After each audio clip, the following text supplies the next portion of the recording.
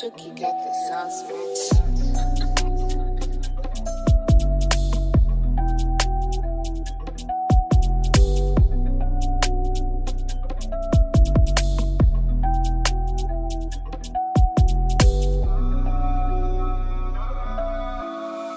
Hey guys, we're back again. This time Edwin and Miss Nyarira, and we're in the E250 Coupe. This is a 2014 model and it's a facelift model. If you look at the headlights, front bumper, rear bumper and rear tail lights, it's obviously a very, very unique car. So Michelle is driving us today and I want her to tell us something of how she feels. What do you think? For starters, having been used to a Golf, this is such an upgrade, I must say. Like, first of all, it's a very low car. I feel like I'm sitting on the road. However, it's a fine driving experience because the suspension, literally, I feel like I'm on air. So... Okay, you mentioned suspension, right? Yes. So we're currently in comfort. So this car has adaptive suspension. Yes. So let me switch it into sport. Let's see how we feel. Immediately I noticed it became slightly more bumpy. Yes, exactly. So would you like it in sport mode or would you like Definitely comfort. Okay. Yes. However, we're going to try the sports mode in a few. Yes, so we're currently along some twisty roads. And the thing about the Coupe, this is a car that's meant to be a weekend cruiser. Something that you come out of the house on a Saturday and you go out and you enjoy yourself. Power-wise, it's powered by a 2-liter turbocharged engine. It's the same engine that comes in the normal E250. But with this one, it makes 208 or 210 horsepower and 350 Newton meters of torque. So if you put it down right now... Let's do this. Whoa, the torque. Did you feel that? Yes, I did. God damn. So that's what 350 Newton meters of torque feels like. And many people might think that 2-liter turbo is not enough. But do you think it's enough? I'm telling you it's enough. Because did you see we were pushed, yeah? Yes. Our dear passenger, Steve. Today we have a new person right here. Steve is a fan / he wants to experience the ride. So Steve, tell us how you're feeling right now. I'm feeling very much comfortable. The ride is very, very good. Very good. You're smooth, right? It's smooth. Very smooth. Okay. So with it being a coupe, the reason we asked how the passenger is feeling is some people might think that a 2-door coupe is a small car. Yes. But it's not. We could realistically leave Nairobi right now and drive all the way to Meru. And it would be very comfortable. Very. But the end, okay, the user of this particular car, as I said, it's probably a weekend cruiser. But if you want it as a daily driver, it can work as a daily driver. Yeah. Because the thing is, the 2-liter turbocharged engine, it's very efficient if you want it to be efficient. Yeah. And maintenance-wise for Benzes are known to be very, very reliable cars. So you're sorted on that end. And you do get trunk space. You actually do get a spare tire. And if you have a kid, a toddler who uses a baby seat, you have ISOFIX points at the back, which is obviously a plus. The response is very nice. The gear change, I can feel the response is quite quick. That I respect, and I would like for us to try the sport mode since we tried the comfort mode. So would you mind switching it up for me? Okay. So since we're on a twisty road, people want to know, since it's a coupe, right? Yeah. What audience would you advise to get this car? And if it's a daily drive, if I am purchasing this car, will I use it to go to work, to run my errands? Is it efficient enough, fuel-wise? Okay, so back to what I said previously. The end user can be anyone actually, but it does depend on what you're actually going to be using the car for. Yeah. Probably if you live in a rough area, this is not the car for you because it's a very low car with 18-inch low-profile tires. But fuel-wise consumption, 2-liter turbo, so it just depends on how you drive. And when it comes to usability, you do have trunk space, you do have enough room. If you're carrying a passenger or two, it does work. It might be a bit uncomfortable anytime you have to recline the seat for someone to jump into the back. We're overtaking. Whoa, sport mode is crazy. How do you feel? So it might be a bit uncomfortable for you to keep on having to adjust the seat back for someone to get in. Yeah. But if you don't like that, we also have an E250 sedan, the normal 4-door, so we can get that for you as well. We can switch it back to comfort. It's back to comfort. Yeah. So the idea of personally, if it's a family car, I would only advise someone who has probably 1 or 2 children, because first of all, the passenger seats at the back only has seats for 2, because on the tunnel there's a tunnel with cup holders, so basically there's no seating space on the tunnel. Yep. Yeah. What else can we say? So back onto the seats, you mentioned seats. Yeah. So it's a typical Benz seat. Yeah. Electric seats with adjustments on the door panels. Yes. So front, back, Yes. and memory seats. But the thing with the coupe is your seats. If you look at my seats, we'll take some view later on. Okay. It's very, very unique. It's a sort of bucket seat, sort of like a sporty seat. So if you're going around corners, you have bolsters that you can adjust from your panel. Like you have one right here. If you look down here, you'll see bolsters. Yes. So if you adjust your bolsters, it makes the seat very, very comfortable for you. And the thing is, you see these headrests? Yes. Look at how cool this is. Oh, that's so nice. Such small things really do make a difference. Yeah. So how about we let Ed have a driving experience? Sure thing, out in mind. So before we begin, there's this other cool feature. So if you look at my seatbelt, it actually auto-presents. Right. The auto-present feature. So let me lock my doors. And since we've switched, so we have memory seat. So all he has to do is set my memory seat. Let's say I'm driver number 1, driver number 2. So I did mine 1, so yours is 2. I haven't set it yet. Let's do this. Let's go. So funny story. This is actually my first time driving a Benz. Really? Yes. No kidding. I'm being dead serious. Well, I've driven a C200, and I think we all know how a C200 is. Very efficient. It's basically a daily drive as compared to this. Now, for me, I would say this is my weekend. I would take it as a weekend car. Weekend car. Don't you think so? I don't think so. Yeah. The torque, it picks up very fast. Yeah. I think something I'm noticing, I don't know if it's actually true, it feels like it's pumping in artificial sound into the interior. Especially when you step on it, yeah? Yes. Oops, I fixed it neutral. Okay, so guys, I told you I'm quite new. So I'm so used to driving my Toyotas and my Nissan. To begin with, can you tell them where the gear stick is? It's literally where the indicator stock on a Toyota is. Yes, mostly Japan, the stick is on the right, where the indicator is on the right. Exactly. So that's where it is. So and that's an upgrade because having a facelift, they also brought in the gear shift being on the right. On the steering column. Yeah, because if you check the other E250, E350, the other E-classes, there was nothing on the right. Where was this shifter before? Was it in the center console? Exactly, yeah. Then something I've actually realized when I'm driving. So Mercedes has different driving assists. Yeah. So when I did go over the white line, my steering started vibrating at me. It was like telling me, get off the line. What do we call that? Lane departure assist. Nice. But what I'm trying to find is the active driving modes, but I really can't see it here. Probably when I park, I'll try them out. Okay. And another thing is, with it being a Benz, obviously safety is going to be #1 priority. Yeah. So you do have airbags all around. Obviously seat belts, that's pretty standard nowadays. Pretty standard.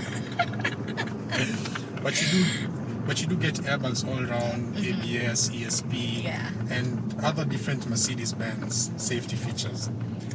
If you compare this to the neighboring families of the German cars, what would you compare it to? I'd compare this to an Audi. Audi what? Audi A4. Really? Yes. Why would you compare it to a sedan? Actually, I think the appropriate comparison would be an A5 Coupe Ah, okay. But okay. that's a 4-door. That's a 4-door. But you could get an A5 as a two-door configuration, A5 coupe, like Audi RS5. Okay, They and come- since even you've brought it up about the coupe being the A5 coupe being a 4-door, you know? most people actually would think a coupe means 2-door. Have I been saying coupe or coupe?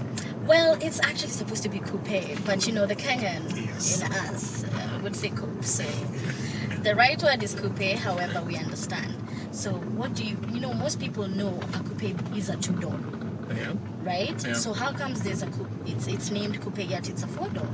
I believe it's due to the roofline, the slanting roofline. Yeah. So if you look at an Audi A5, you'll notice that the roof is actually slanted. Ah, makes sense. Makes sense. Same goes for the Mercedes Benz GLE. The GLE coupe. And which other car?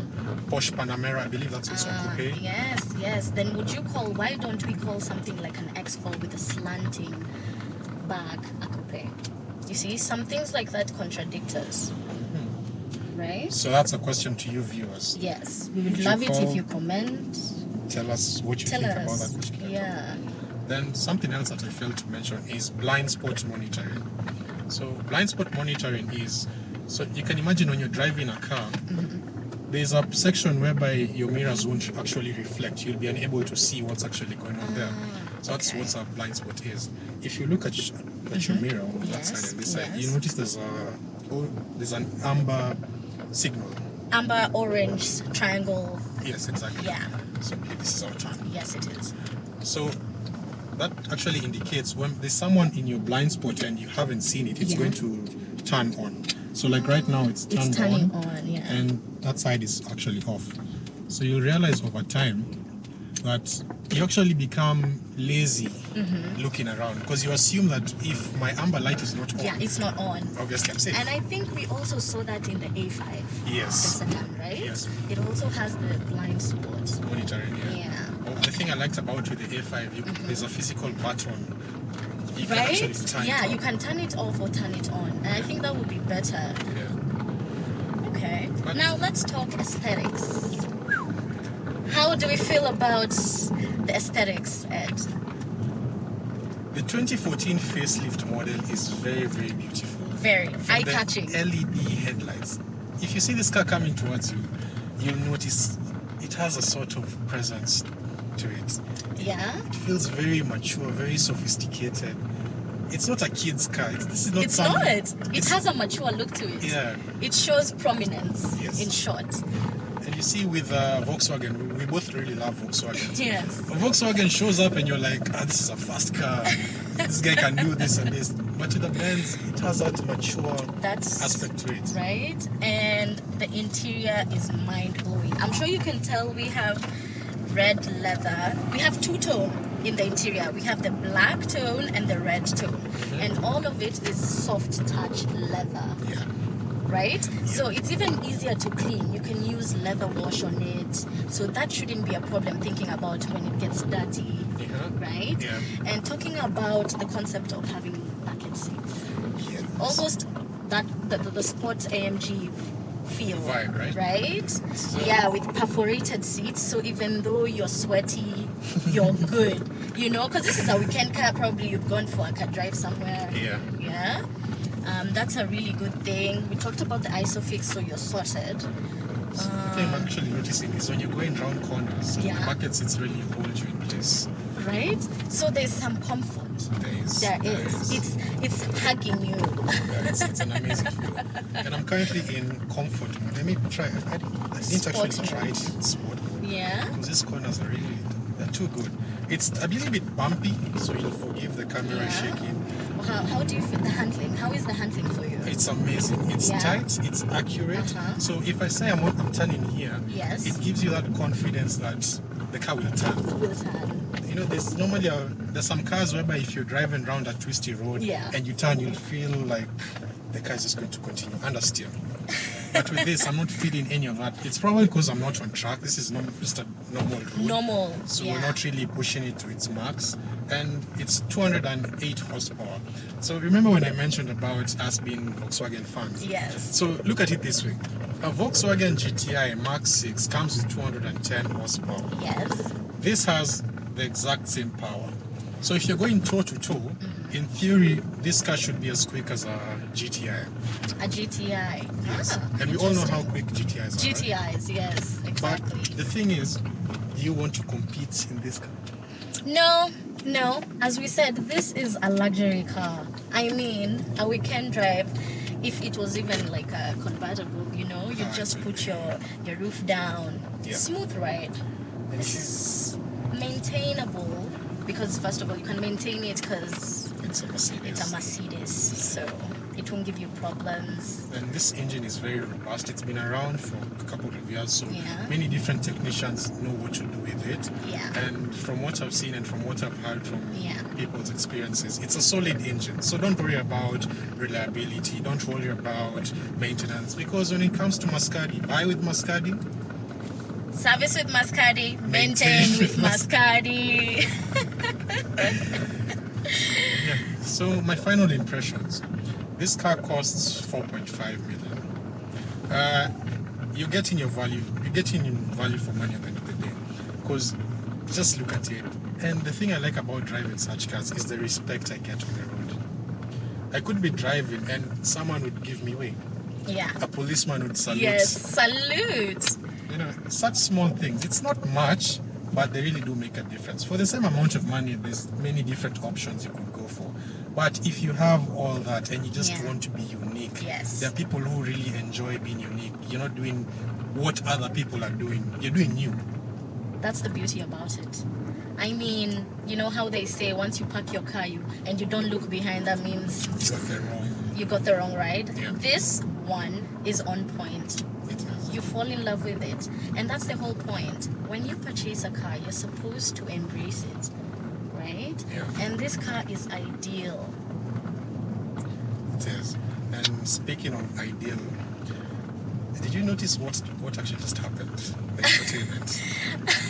We have maps on, guys. So actually, we didn't actually go into the infotainment system. yes. But you do get your navigation, radio, Bluetooth, standard features that Standard come in the with normal Mercedes. E-Class, yeah. Yeah, but if you read up here, it says gas on reserve. Meaning, We're low on fuel. yes. So it actually comes up with a map and it does show you where the closest petrol station is. Look at that. How interesting is that? I mean, you're sorted. Even though you go to an unknown area, since we're talking about weekend drives, right? Yeah. You're sorted. Yes. You shall, if you're running out of fuel, you have your mastermind right here. It comes on and tells you. So think of it like a Tesla. Our own Right? Tesla. And isn't that the whole point? Since we're obviously, if you're purchasing an E250 Coupe, that means you have, where you live probably has good tarmacked roads. Yeah. Definitely, because you have to consider that. And as we said, I would really encourage being this car being a weekend drive, not a daily drive, first of all, because well, it could be a daily drive if you live in a nearby, you know, like a good estate. Yeah. Otherwise, this car is great. So far, so good. So another point of my 7. You guys saw me maneuvering round a bump. Ground clearance, you see. So here again, so with every small Clearance. bump and pothole, Yes. there's the fear that you're going to damage the To underside damage. of the car. Yeah. Oh, didn't we say yes? The wheelbase on this car is something. It's a long one. Yes. It is it's long. It's a long It's a long one, but you can still maneuver. Okay. So this has been a good drive experience, don't you think? It has, and I think, or I do hope you guys have enjoyed today's video. Please, would love to hear your comments. You know what you'd like us to do next. Yeah, we could even do off-roading Off-roading, videos. yeah. We could do other sorts of videos. Maybe we could even track. Let's say we're getting a Mark 7 GTI anytime soon. Yeah. We could decide to track it. Can't wait, guys. See you next in our next video. Cheers.